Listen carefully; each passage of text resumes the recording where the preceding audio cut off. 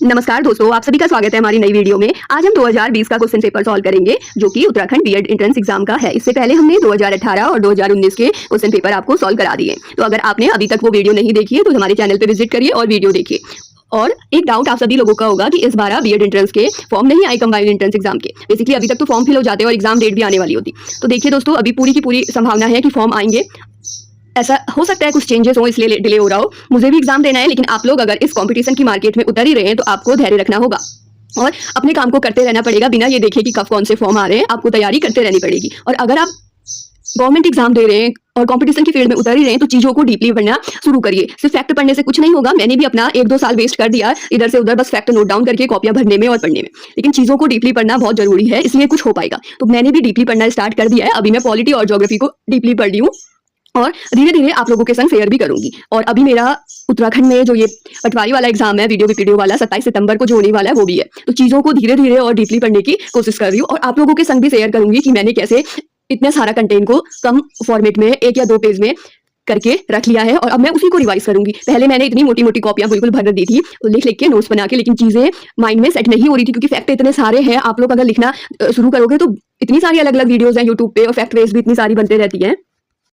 अपनी video start करते हैं। पहला क्वेश्चन देखते हैं। पहला क्वेश्चन है, हिंदी साहित्य का प्रथम ऐतिहासिक ग्रंथ कौन सा है? तो इसमें जो सेकंड ऑप्शन है, इस्तवार द लालित्य श्री एदुई एदुस्थानी, ये है। ये बेसिकली फ्रेंच में लिखा गया था और जो हमारे गासादर त्रासी थे उन्होंने लिखा इन्होंने 1839 ईस्वी में लिखा था। तो ये पिछली बार भी पूछा था, किसके द्वारा लिखा गया पूछा था, और कुछ 2019 में और 20 में भी पूछ लिया गया है। तो आप लोग अच्छे से याद करके जाना इसको। गासादर त्रासी ने लिखा है 1839 में। अगला देखते हैं हम लोग क्वेश्चन दूसरा।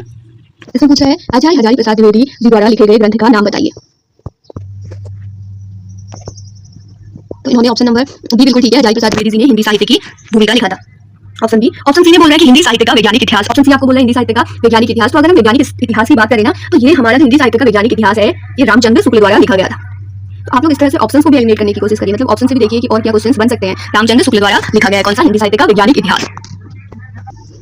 अगला, चंद्रवरदाई द्वारा लिखे गए ग्रंथ का नाम बताना है। तो ये पृथ्वीराज रासो उन्होंने लिखा था, चंद्रवरदाई ने। इसको पृथ्वीराज रासो को हिंदी साहित्य का प्रथम महाकाव्य भी बोला जाता है। इसमें जो हमारे पृथ्वीराज चौहान और मोहम्मद गौरी के बीच युद्ध का वर्णन है। किसके बीच युद्ध हुआ था? मोहम्मद गौरी और पृथ्वीराज चौहान के बीच युद्ध हुए। मोहम्मद गौरी व पृथ्वीराज चौहान के बीच, उसका वर्णन इसमें किया गया है। फिर अगला क्वेश्चन देखते हैं। इसमें बोला है कि निर्गुण भक्ति धारा के प्रमुख कवि नहीं है। तो देखो, निर्गुण भक्ति धारा ऐसी धारा थी जिसमें किसी विशेष मूर्ति की पूजा नहीं होती थी। उसमें से जो ऑप्शन नंबर आपको बी दिख रहा है वो देखने से ही समझ आ रहा होगा। सूरदास जी क्या थे? कृष्ण भक्ति धारा के कवि थे, श्री कृष्ण की पूजा करते थे, मूर्ति पूजा करते थे स्पेशली। तो यहाँ पे ये सगुण भक्ति धारा में आ जाएंगे। निर्गुण भक्ति धारा में आपके कबीरदास जी आते हैं, रैदास जी आते हैं और दादू दयाल आते हैं। इसी के साथ आपके पास नानक भी आते हैं। इसमें निर्गुण में नानक भी आते हैं, ये प्रमुख है। वहीं अगर सगुण की बात करें तो उसमें तुलसीदास जी, सूरदास जी, मीराबाई, हरिवंश और रसखान आते हैं। अगला क्वेश्चन देखते हैं। तन चित उर मन राजा किन्हा ही सहल बुद्धि प्रगनी किन्हा गुरु शिवा जय पद दिखावा बिन गुरु जगत को निर्गुण पावा। तो इसमें आपको ये प्रतीक पूछा हृदय का। तो श्रीहल जो है वो हृदय का प्रतीक है। अगर आपने पर्यायवाची शब्द पढ़े तो इसको आप ऐसे कर लेंगे। अगला क्वेश्चन देखते हैं क्या बोल रहा है। इसमें आपको वैष्णव भक्ति के प्रतिष्ठापक आचार्य नहीं थे बोल रहे हैं। तो इसमें ये जो ऑप्शन नंबर डी है वो बिल्कुल ठीक है। रामानंद नहीं थे, बाकी सब क्या है? वैष्णव भक्ति के प्रतिष्ठापक आचार्य हैं, रामानुजन, निम्बाकाचार्य और माधवाचार्य। अगला देखते हैं क्वेश्चन, हिंदी साहित्य के सन 1643 से 1843 के काल को क्या कहा जाता है? तो आप लोग कमेंट करिएगा देखिए कि इसका तो रीतिकाल है। बाकी आपको ये बताना है कि श्रृंगार काल और भक्ति काल में इसका टाइम पीरियड बताना है आपको क्या है। अगला क्वेश्चन नंबर 8 देखते हैं। उत्तर मध्यकालीन काव्य की प्रमुख प्रवृत्ति थी। तो उत्तर मध्यकालीन जो काव्य था उसकी प्रमुख प्रवृत्ति बताना है। रीति निर्गुण इसकी प्रमुख प्रवृत्ति थी। चलिए जल्दी से अगले क्वेश्चन पे बढ़ते हैं। इसमें आपको बोल रहा है कि अंधेर नगरी के रचनाकार कौन है? तो आपने अगर एनसीईआरटी पढ़ी है तो आपको पता होगा इसके भारतेंदु हरिश्चंद्र थे। अगला क्वेश्चन नंबर 10 आपको पूछ रहा है कि हिंदी के प्रथम पत्र उदंत मार्तंड का प्रकाशन वर्ष। कॉपी पेन पकड़िए और इसे अभी नोट करिए, आपको जो एग्जाम्स के लिए याद करके जाना है। पहला क्वेश्चन ऐसे भी बन सकता है, हिंदी साहित्य का प्रथम पत्र कौन सा था? तो उदंत मार्तंड था। इसका प्रकाशन वर्ष अगर पूछेगा तो 1826 इसका प्रकाशक वर्ष है। अगला आपको क्वेश्चन नंबर 11 पूछ रहा है, वो देखते हैं क्या है। इसमें पूछ रहा है छायावाद का प्रारंभ माना जाता है। तो हमारी जो हजारी प्रसाद द्विवेदी जी और प्रसाद जी द्वारा लिखी गई रचना है ना, झरना रचना छायावाद का प्रथम आरंभ माना जाता है। ये बेसिकली जयशंकर प्रसाद द्वारा लिखी गई है। झरना किसके द्वारा लिखी गई है? जयशंकर प्रसाद द्वारा। तो ये जो जयशंकर प्रसाद जी द्वारा झरना रचना है ये छायावाद का प्रथम प्रारंभ माना जाता है। अगला क्वेश्चन में जाते हैं हम लोग जल्दी से। छोड़ दुमकों की मृदु छाया, छोड़ प्रकृति से भी माया, बोले तेरे बाल जाल में कैसे उलझा दूं लोचन, छोड़ अभी से इस जग को। ये सुमित्रा नंदन पंत जी द्वारा लिखी गई हमारी पंक्ति है। तो इसका ऑप्शन नंबर डी बिल्कुल ठीक हो जाएगा। अगला देखते हैं क्वेश्चन नंबर 13। इसमें बोल रहा है कि रामधारी सिंह दिनकर की रचना है। तो इसमें से रामधारी सिंह दिनकर की रचना बतानी है जो कि रश्मि रखी है। क्वेश्चन नंबर 14 में हिंदी साहित्य के छायावाद की काल अवधि बतानी है। तो ये इसके लिए ऑप्शन नंबर डी आपका बिल्कुल राइट है। बेसिकली जितने भी काल में हिंदी साहित्य को डिवाइड किया है उसका टाइम पीरियड है आपको लर्न करना है। ऐसे क्वेश्चन बनता है हर साल। तो अगला आप लोग के पास क्वेश्चन नंबर 15 है, शब्द शक्ति के मुख्य भेद बताने हैं। तो शब्द शक्ति के कितने 3 भेद हैं। आगे आपको क्वेश्चन नंबर 16 में पूछ रहा है कि उत्साह रस एक स्थायी भाव है, तो उत्साह जो हमारा है वीर रस का स्थायी भाव है। क्वेश्चन नंबर 17 में जाते हैं। इसमें पूछ रहा है कि पूत कपूत को तो का धन संचय, पूत कपूत तो का धन संचय। इस पद में प्रयुक्त अलंकार बताने। तो इस पद में जो प्रयुक्त अलंकार है वो लटानुप्रास है। लटानुप्रास कैसे ऐसे अलंकार होता है जिसमें एक शब्द के अनेक अर्थ, मतलब एक शब्द बार बार तो आ रहा है लेकिन अनेक अर्थ से। जैसे इसमें पूत आया है, पूत मतलब यहाँ पे आपका हो जाएगा किसका पुत्र की बात हो रही है, और उसके बाद सपूत यानी अच्छा पुत्र, कैसा पुत्र है, अच्छा पुत्र है। उसके बाद कपूत बोल रहा है पुत्र आया है लेकिन कैसा बुरा पुत्र है। अभी ऐसे में कौन सा वाला अलंकार हो जाता है आपके पास, वो लटानुप्रास हो जाता है। अगला देखते हैं क्वेश्चन नंबर 18। क्वेश्चन नंबर 18 में आपको पूछ रहा है कंदमूल भोग करे, कंदमूल भोग करे, 3 बेर खाती सो 3 बेर खाती। अब देखो इसमें बेर बेर दो बार आया लेकिन दोनों बार अर्थ अलग है। एक बार जो बेर है वो आपको बोल रहा है फल, एक बार बेर का अर्थ क्या है, बेर जो फल होता है, और अगला जो एक बार बेर आया है उसे बार से, इसको क्या बोलेंगे बार। तो दो अलग अलग शब्द है लेकिन उनके एक ही शब्द है, अर्थ उनका अलग अलग है। इस केस में जो आपके पास अलंकार आता है तो यहाँ पे आपको यमक अलंकार देखने को मिलेगा। कौन सा अलंकार, यमक अलंकार। अगला क्वेश्चन देखते हैं क्वेश्चन नंबर 19। इसमें बोल रहा है मानुज हो तो वही रसखान, बसे ब्रज गोकुल गांव के ग्वाली ग्वारी, जो बसु हो तो कहा बसु मेरो, चरो नित्यानंद की धेनु मझारीन। प्रयुक्त पंक्ति में आपको छंद बताना है। तो ये एक सवैया छंद है, इसके लिए ऑप्शन नंबर सी बिल्कुल राइट रहेगा। क्वेश्चन नंबर 20 देखते हैं। इसमें हिंदी भाषा से क्या तात्पर्य। हिंदी भाषा से तात्पर्य ऑप्शन ए उत्तर भारत के मध्य भाग तथा मध्य देश की भाषा है, नागरी लिपि में लिखी जाने वाली खड़ी बोली है। तो इसमें देखते हैं कौन सा वाला ठीक रहने वाला है। ऑप्शन सी बोला है ए एंड बी दोनों, या ऑप्शन डी में बोल रहा है कि उपयुक्त में से कोई भी नहीं। तो इसका ऑप्शन सी बिल्कुल ठीक रहने वाला है आपके लिए। अगला क्वेश्चन नंबर 21 देखते हैं। पश्चिमी हिंदी के अंतर्गत आने वाली बोलियों की संख्या कितनी है। पश्चिमी हिंदी के अंतर्गत 5 बोलियां आती हैं। तो दोस्तों जल्दी अगर हिंदी साहित्य की और बोली वाला पार्ट है वो आपको कवर करवाने वाले हैं हम लोग, वो करवाएंगे जो इंपॉर्टेंट क्वेश्चन बीएड के लिए। अगला भोजपुरी की एक बोली है, तो भोजपुरी आपके पास बिहारी हिंदी की एक प्रमुख बोली है। अगला उजला एक है, तो उजला कैसा शब्द है, एक तद्भव शब्द है। तद्भव शब्द वो होते हैं जो संस्कृत भाषा के थे लेकिन अब उसको थोड़ा विकसित कर दिया गया है। लेकिन तत्सम शब्द वो होते हैं हिंदी भाषा संस्कृत के वो शब्द जो हिंदी भाषा में जो के तो प्रयोग में लिए जाते हैं उसे क्या बोलते हैं, तत्सम शब्द बोलते हैं। इसकी अक्सर पहचान ये रहती है कि इसमें जैसे आधा तो यूज हुआ है ना, ऐसे इस तरह के शब्द तो रॉ लगा होगा, आधा तो इस तरह के शब्द यूज होंगे। क्वेश्चन नंबर 24 देखते हैं कि कृतघ्न।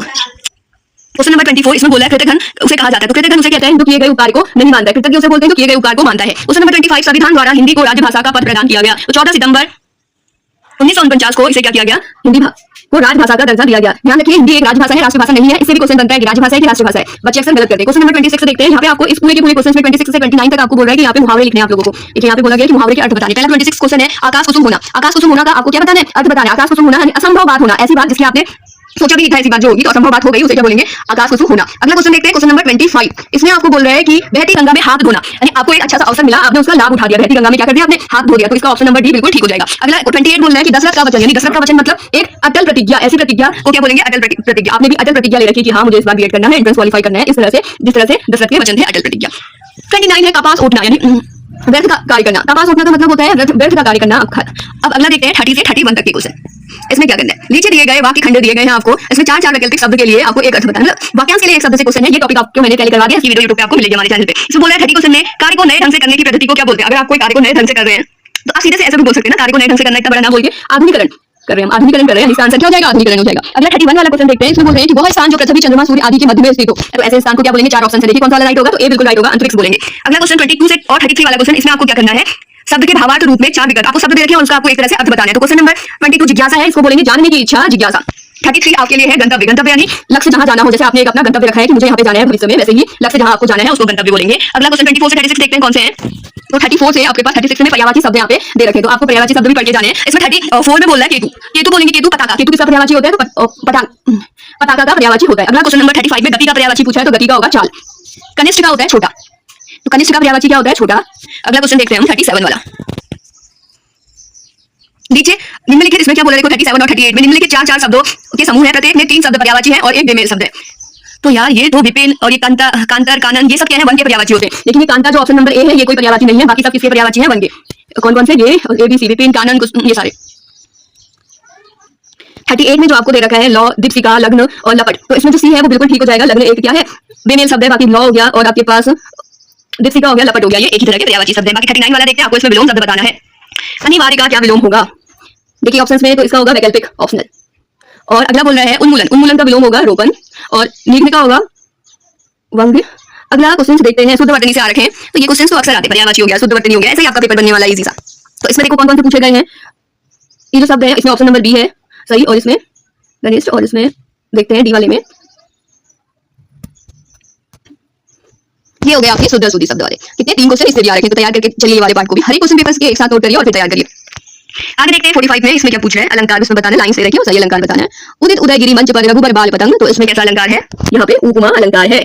जे रहीम गति दीप की कुल कपूत गति सोए, बारे अजियारे उजियारो करे बड़े अंधेरो होए, इसमें श्लेष अलंकार। क्रोध जिस रस का, किस रस का स्थायी भाव है, तो ये क्रोध है रौद्र रस का स्थायी भाव। क्वेश्चन नंबर 48 अन्वय का सही संधि विच्छेद बताना है, तो अनुबंध अरे इसका सही संधि विच्छेद हो जाएगा। अगला क्वेश्चन नंबर 49 है, मैथक की संधि विच्छेद नहीं, संधि बतानी है उसमें कौन सी है, तो इसमें आपके पास वृद्धि संधि है आपके पास। अगला क्वेश्चन नंबर 50 देखते हैं कौन सा है। ये है क्वेश्चन नंबर 15। जिस छंद में वार्णिक या मात्रिक प्रतिबंध ना हो वह छंद क्या कहलाता है, तो ऐसा छंद मुक्त छंद कहलाता है, उसको कोई प्रतिबंध नहीं है तो उसको मुक्त छंद कहेंगे। तो दोस्तों आज की पहली वीडियो यही थी, जैसा कि मैंने आपको बोला था कि आपको क्या मिलेगी, डेली की 2 वीडियो मिलेगी 10 जून से, तो दूसरी वीडियो जल्दी अपलोड होगी। Thank you for watching.